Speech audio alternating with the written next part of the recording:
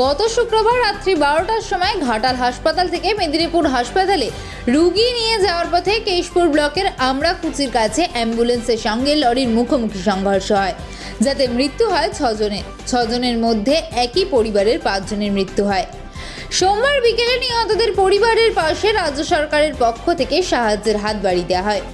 শোকাহত পরিবারকে সমবেদনা জানাতে উপস্থিত হন কেশপুর সমষ্টি উন্নয়ন আধিকারিক কৌশিক রায়, পঞ্চায়েত সমিতির সভাপতি চিত্তরঞ্জন গড়াই, ব্লক তৃণমূল কংগ্রেসের সভাপতি প্রদ্যুৎ পাজা, 4 নম্বর গোলার গ্রাম পঞ্চায়েতের প্রধান মঞ্জু দলবের। এছাড়াও ব্লক প্রশাসন আধিকারিক, ব্লক কৃষি আধিকারিক, পরিবহন বিভাগ ও পুলিশের কর্তা ব্যক্তিরাও উপস্থিত ছিলেন।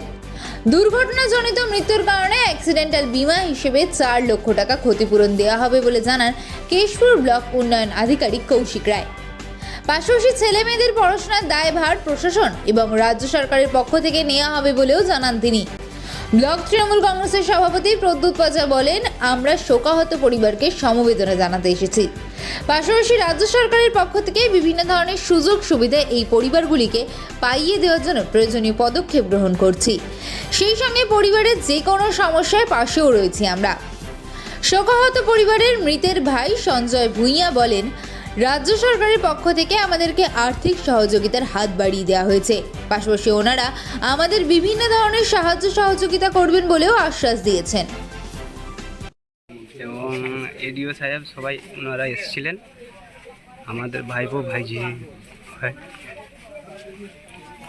সরকারের পক্ষ থেকে কি আশ্বাস দেওয়া হলো? ওনারা বললেন যে 2-4 লাখ টাকা যেটা পাওয়ার আছে সেটা দিল, ফর্ম দিল, আর সব পাশে থাকার জন্য আশ্বাস দিলেন, যাতে পড়াশোনা বা সব দিক দিয়ে ফ্যাসিলিটি পাই সে সুযোগ সুবিধা করে দেবেন ওনারা, সেটাই বললেন। আপনার নাম? সঞ্জয় ভূঁইয়া। সরকারের পক্ষ থেকে কি কি সাহায্যের হাত বাড়ালেন আপনারা?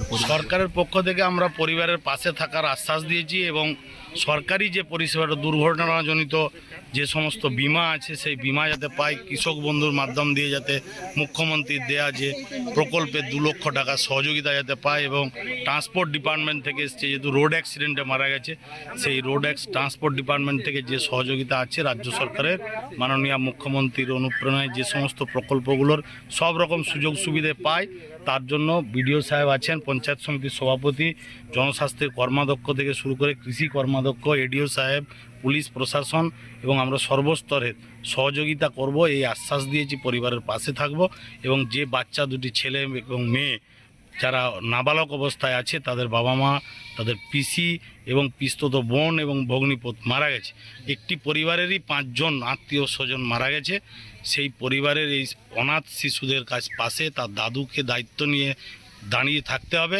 এবং আগামী দিন সরকারি সমস্ত সুযোগ সুবিধে এবং ওদের পড়াশোনা, জীবন ধারণের সব রকম দায়িত্ব আমরা ব্লক প্রশাসনের পক্ষ থেকে নিচ্ছি।